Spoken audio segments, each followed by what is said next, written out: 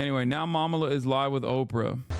After an electrifying Democratic National Convention, Kamala Harris raised record-breaking campaign donations, became a viral sensation, and then the world watched her step into her power and dominate that debate. You're not running against Joe Biden, you're running against me. In an unprecedented surge, grassroots coalitions have organized in lightning speed, creating a tidal wave of support. Black women, were you in these last night? It all started the night Kamala Harris announced her candidacy. Advocacy group Win with Black Women, a collective of thousands of black women leaders from around the country, founded by Joe Edie, hosted a Zoom call to support the campaign. Within hours, they raised $1.6 million and had so many people on the line, they almost broke Zoom, y'all. I was on Zoom with 44,000 other black women who were all focused on getting this woman to the White House. Win with Black Women was the original spark that This inspired over 100 viewers, other dude. groups to organize their own With Zooms Oprah. for Kamala, like Win with Black Men. White women answer the call. White dudes for Harris. Jewish women for Kamala. Be the badass Jewesses that I know you all are. Comics for Kamala. She is the president America needs. Swifties for Kamala. First of all, I am a Swiftie. Even cat ladies for Kamala. Come on, cat ladies. Tonight, for the first time, we are uniting all the groups together in one place with a single purpose. Elect Kamala Harris, President of the United States. Thank you. God bless you, and may God bless the United States of America.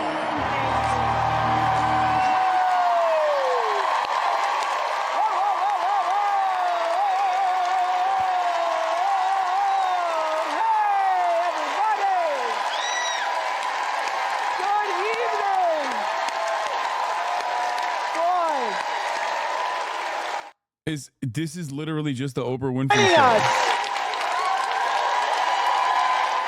Thanks for joining us. Everybody on screen, thank you. Thanks for joining us for this very special event, Unite for America!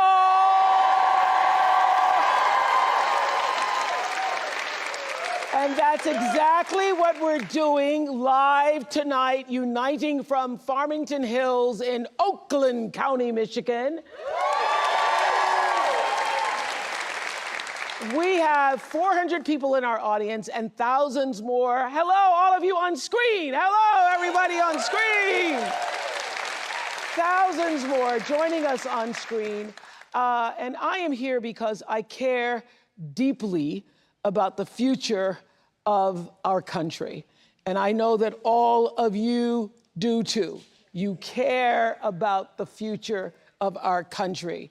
And we just saw on this tape this grassroots, people-powered movement behind Kamala Harris has unleashed a unifying force unlike anything we've seen in politics in a very long time. And I know lots of people are feeling it because it actually is hope and joy rising. And there's been a, can you feel it? You can feel it. You can feel it. You can feel it. We can feel it. We can feel it. You can feel it. You can feel it. There's been so much talk.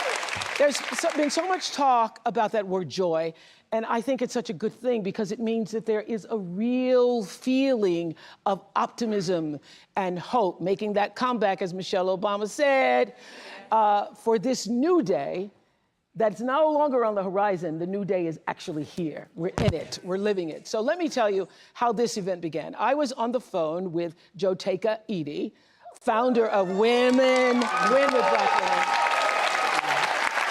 We're going to be talking to her a little later on.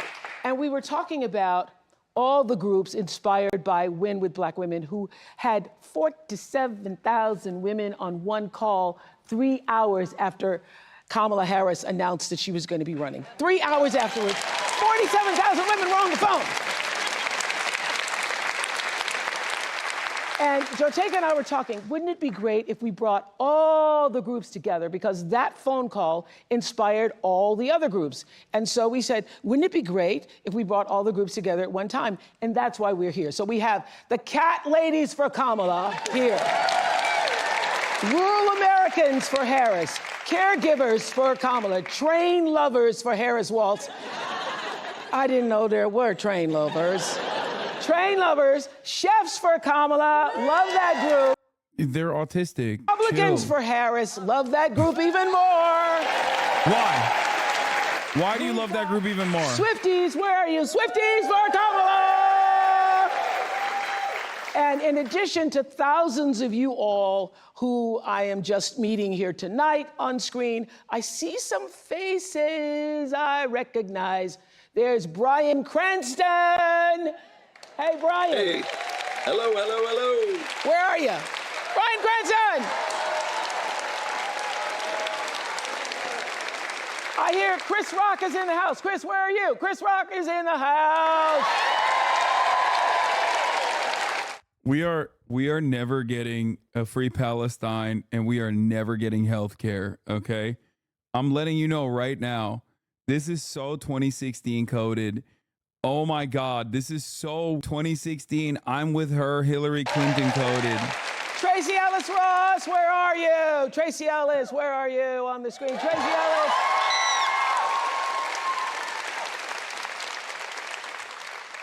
Julia Roberts, where are you?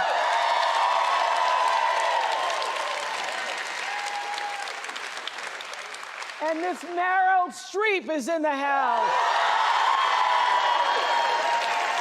I hate this fucking country, bro. So I hate glad the to goddamn have all of politics you in this familiar country. Faces, and those of you who are not yet familiar to all of us. Okay, Bryan, so happy to have you here tonight, Bryan Cranston. It's just so stupid. What do you want to say? Like, yeah, a lot of the people that she posted about are goats, okay? But that has nothing to do with fucking politics, man. Like, people are starving, dude. Are we ready for the weeping in the streets? When Kamala Harris becomes president of the United States of America.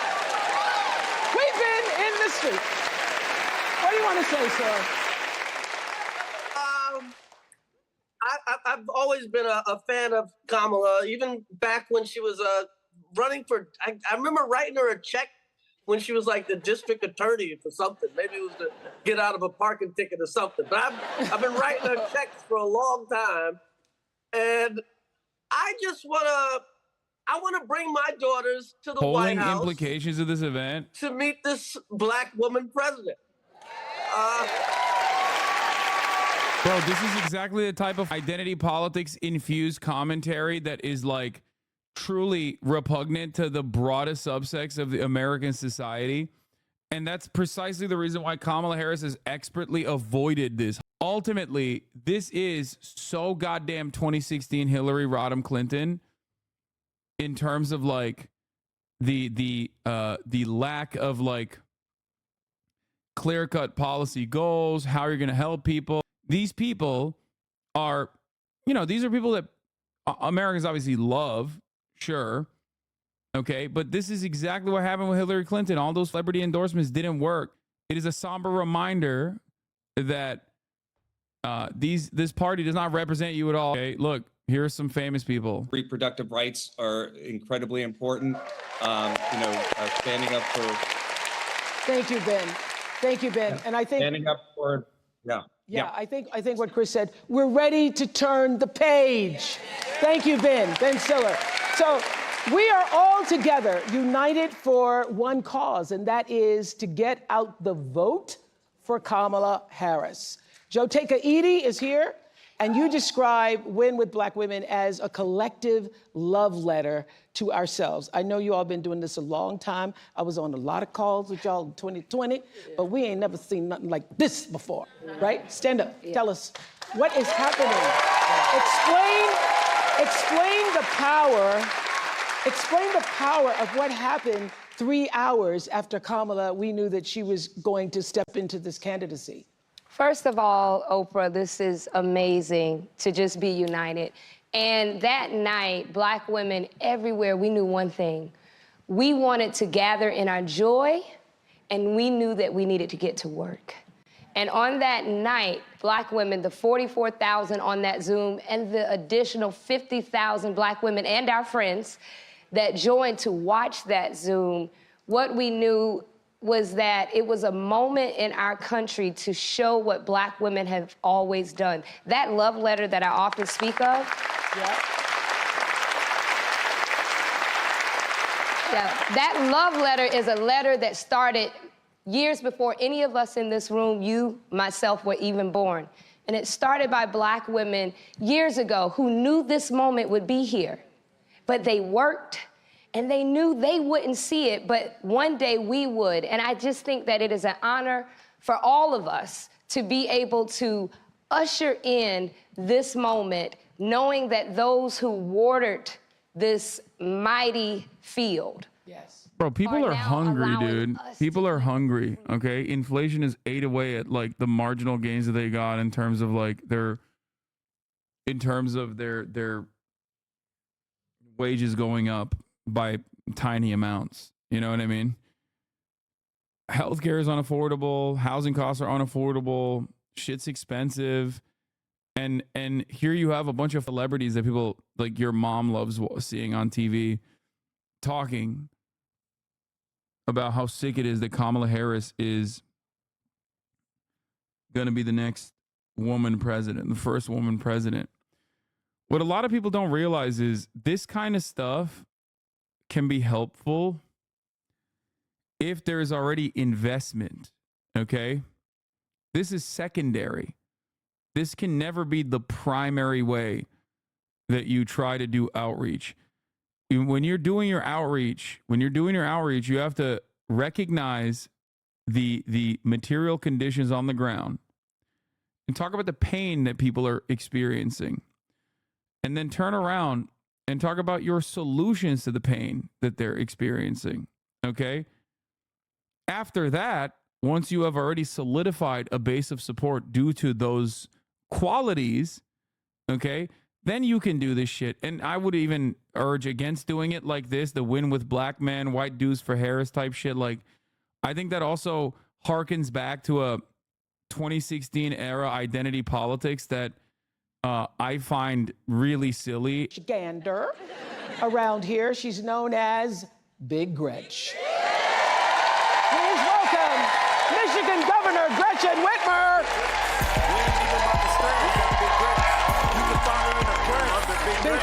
Fresh in the new trend. Yeah, that's Big Gretch. Started bump on her face, but that's Big Gretch. We ain't even about to stretch. Gretchen Whitmer.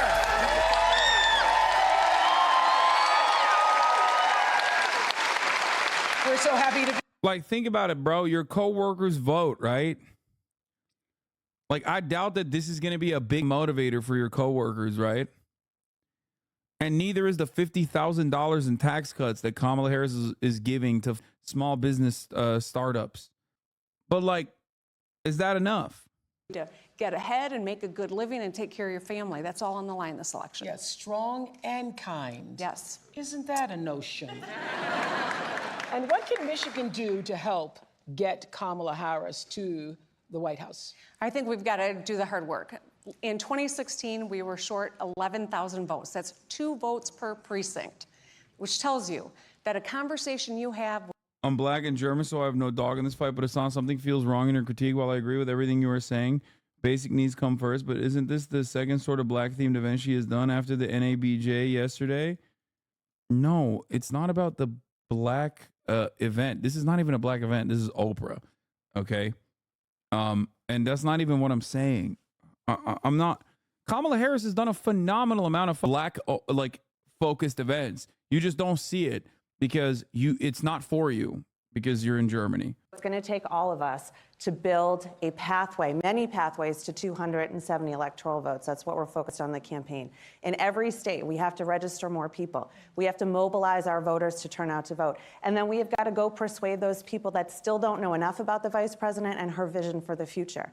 And if we do that together, all of us, we're going to get over the top, but it's really going to take all of us. And to make sure that you're working in your own lives, have those hard conversations in big and small ways. We're going to inch our way over the finish line because we're going to be able to do it together. And don't you need money? Well, we do.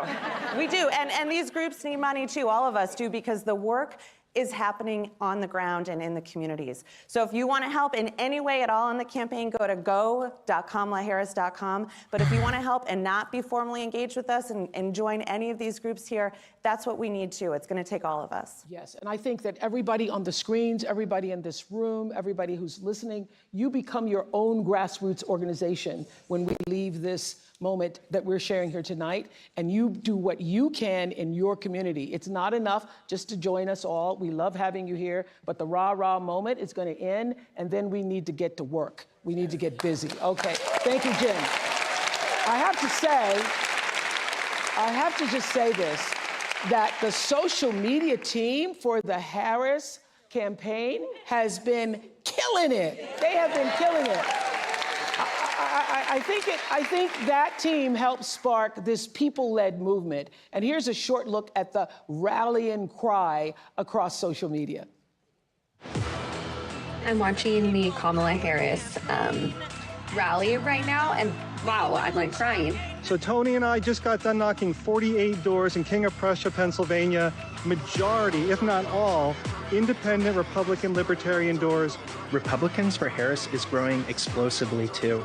We just need to get back to a place in this country where we can have disagreements and have them still be respectful. I'm here with Richard, a 77-year-old registered Republican who's going to be voting for Kamala Harris. They're eating the dogs, the people that came in. They're eating the cats. They're eating the pets of the people that live there. Obviously, a narcissist just doesn't stand for anything that I stand for. What issues are most important to you personally?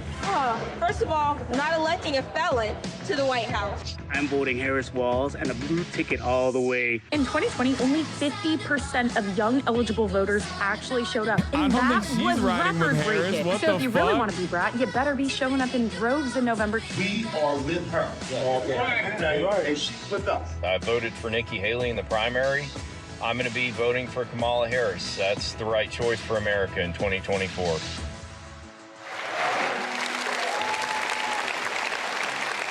Let me tell you, it is about character, and it's about decency and respect and all the things. How come I'm not on this? Why do you think? What it means to be an American citizen and pursue the American dream. And if that is important to you, I hope whether you are a Democrat or a Republican or somewhere in the middle, you will choose to vote your values. As long as you're not Arab or care about Palestinians, or if you're like a leftist, or if you care about like genuinely improving the conditions of the working class, then it's not for you. Big sister to McDonald's worker. It feels like every year, like every 4 years, it feels like voting becomes more and more just like the sport of the wealthy. You know, just like people who don't really care about like legitimately improving their lives. You know what I mean? People that have already like made it. People that have already made it to a certain point in their lives. So they just like care about making sure that like things aren't objectively worse, like much worse. That's it. There's no argument to be made about like how things will be better.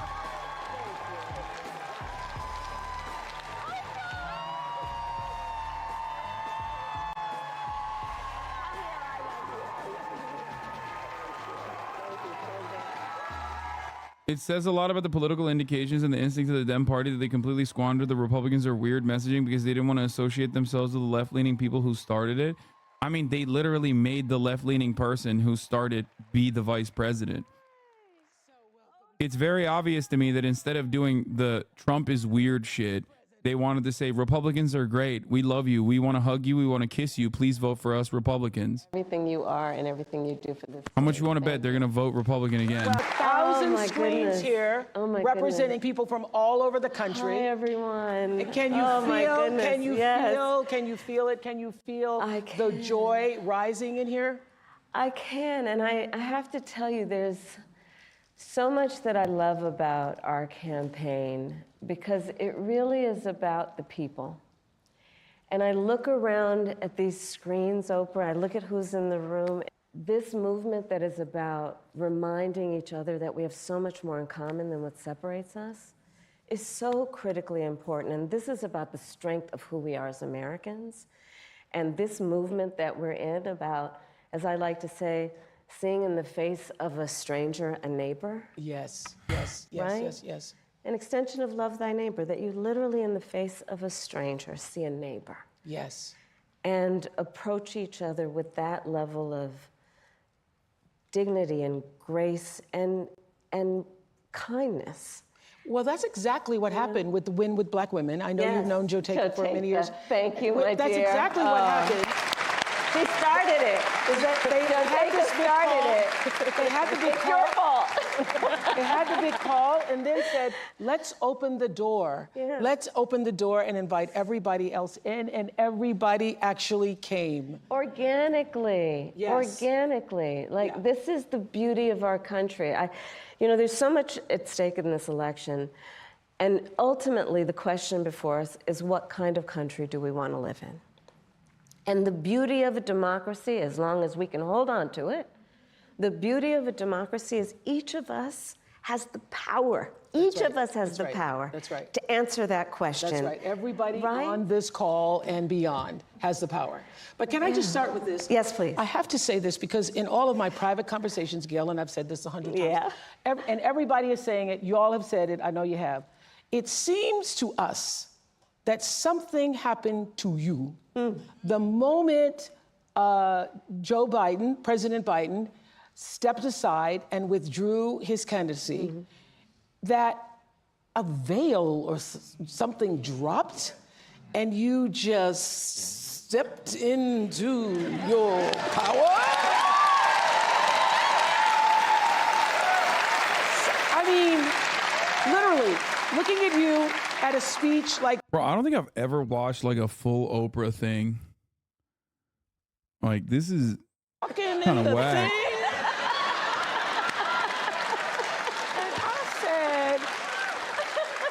What happened to you? You know, we each have those moments in our lives where it's time to step up. Time to step up. Time to step up, you know? Well, the moment you heard, I mean, I really have been saying to people, it felt like a veil dropped and you sort of stepped through that veil. Did that actually, did you feel like that? I felt a sense of responsibility, to be honest with you. And with that comes a sense of purpose. But I mean, we're all here and you all are taking time out of your busy lives, everyone here, everyone on the screen, because there really is so much at stake. You know, I have spent the majority of my career being concerned about the well-being of other people. Yeah. As I've said, in my career as a prosecutor, I never looked at a victim or a witness and asked them, are you a Republican or a Democrat? The only thing I ever asked them is, are you okay? Are you okay? I know when I heard that. You know? Touch me. And traveling this country and knowing what is at stake in terms of fundamental freedoms, what's at stake in terms of fighting against hate and those efforts to divide us. And I do know that I'm in a position to do something about it. So I felt a great responsibility. And the incredible power of the people. One other point that I want to make in terms of policy, in terms of like how people run, is if you look at the down ballot races for the Democrats, if you look at the Senate races specifically, Democrats are outperforming Kamala Harris in some instances by like fucking 6-7 points. Obviously, part of that is because their Republican opponents are dog shit. But like, the reason why they're also outperforming Kamala Harris by not the same margins that they were outperforming Joe Biden on, but still outperforming her on, which is unique, right? Is because as a senator, you have to run on your record or you have to run on what you're going to vote for. Okay, so they're basically locked in to that position. They are closer to their constituents than the president is. And their campaign is their campaign is always going to have even differences. Their campaigns are always going to have differences from the presidential campaign. But obviously, like, in this regard, like, if you fucking look at, like, here, I'll give you an example, right? I'm looking at the Morning Consult numbers, right? State level tracking. It shows that Harris has surged post-debate. Arizona up by 1. Georgia, Trump is up by 1. Michigan, Harris is up by 8. Okay, now this is a unique poll in terms of Michigan because like other polls show Michigan being a deadlock. I thought Michigan was like around up 8, but I found out that Michigan is actually much closer in other polls. But when you look at Michigan, when you look at Slotkin in Michigan is up by 14 points. Okay. Oh, immigration. The border. So it's a wonderful and important question. You know, my background was as a prosecutor, and I was also the elected attorney general for 2 terms of a border state. So this is not a theoretical issue for me. Oh my This is God, if she something goes I've right wing here, I'm actually gonna worked on. fucking I Brian have kill me. prosecuted transnational criminal organizations. Oh my gosh, she's saying for the transnational trafficking criminal of gangs guns, again. drugs, and human beings. I take very seriously the importance of having a secure border and ensuring the safety of the American people. Sadly, where we are now can be traced most recently back to the fact that when the United States Congress, members of the Congress, including some of the most conservative Republicans, came up with a border security bill. I want to And here's what die. that border security bill would have done. I'm It would have put perishing. 1,500 more border I hate agents this. at the border. Let me tell you, those border agents are working around the clock. It would have just been Oh about my giving them some God, support our beautiful and border relief, patrol which is agents. probably why the border agents actually endorsed the bill. It would have allowed Oh us my to God, stem I the hate flow you. of I hate you fentanyl. so much. You're And I'm so looking at stupid. people from all over the Democratic country Party is here. so fucking stupid. So I don't need to tell the folks who are watching this what fentanyl has done to families, to kids in our country, and the need to take seriously stemming the flow coming into our country and addressing She's that literally repeating a lie and tragic that issue in terms of its effect. immigrants send in fentanyl to this fucking country. This is so stupid. It is so dumb. It is American citizens crossing the border at regular points of entry that are the ones trafficking the Yeah, and fucking even in the drugs. intervening months, When you what talk about immigration like this, you're literally just saying the things that the right is And saying. All you're doing is feeding to your base this false narrative and is it repeating about it to you, them. Or is it about the people? And they trust Is you, it about so now they believe running it on too. Problems or fixing problems? My work and my career has always been about saying, let's fix problems. Let's address the needs, because we know it's within our capacity to do that. So to answer Justin's question, What should she now that say that here bill- right now? I mean, immediately be like, everybody understands that there's a humanitarian crisis at the border, but the real solution to that humanitarian crisis is to improve processing. We are a nation of immigrants. I am the daughter of 2 immigrants that came into this country, and the only difference between me or my parents and another person crossing the border is paperwork. So get that paperwork done. Get that paperwork done as fast as possible, and so that these people can become tax-paying citizens. They already pay taxes, and they would be able to pay more taxes, as a matter of fact, and integrate properly into American society. Immigrants are what makes America great. Immigrants are the reason why we do not have declining birth rates. Immigrants are the reason why we have still been a dominant force in this country. Fentanyl coming over the border, Donald Trump likes to lie about it and say that it's actually immigrants bringing in the fentanyl. That is an abject lie. It's actually American citizens that traffic the fentanyl into the border. So in terms of apprehension, yes, we need better mechanisms and better systems to figure out when fentanyl is crossing the border. That much is true. But one thing to also consider is that my administration, alongside with Joe Biden, actually, for the first time in American history over the past couple of decades, has decreased the number of overdose deaths. We did that how? We did that by offering naloxone. Am I saying that right? Naloxone? We did that by offering naloxone over the counter. We did that by having a more tolerant approach to addiction. We did that by focusing on rehabilitation rather than incarceration.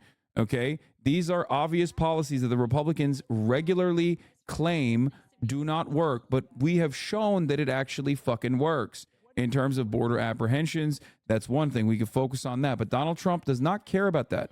He wants to make an argument that it's actually Guatemalans and Haitians that are bringing in the fentanyl over the border, when it's actually American criminals that are bringing the fentanyl over the border. And we must apprehend that fentanyl over the border, but hyper-focusing on the wrong things in an effort to incite racial animus amongst your neighbors that truly make this country great, that are the backbone of the American fucking economy and American culture, is the wrong way forward. Donald Trump has demonstrated time and time again that he does not care about this issue. After all, even when we gave him an olive branch with my shitty fucking right-wing border bill, he still cast it aside.